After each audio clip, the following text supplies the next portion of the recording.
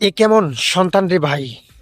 বাবা মারা যাওয়ার আগে বাবার যত সয় সম্পত্তি আছে সন্তানদেরকে বন্টন করে দিয়েছে, কিন্তু সন্তানদের মন মতো হয়নি।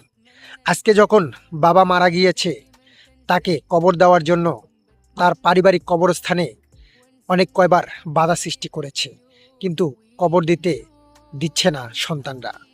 তারা বলতেছে অন্য জায়গায় কবর দাও।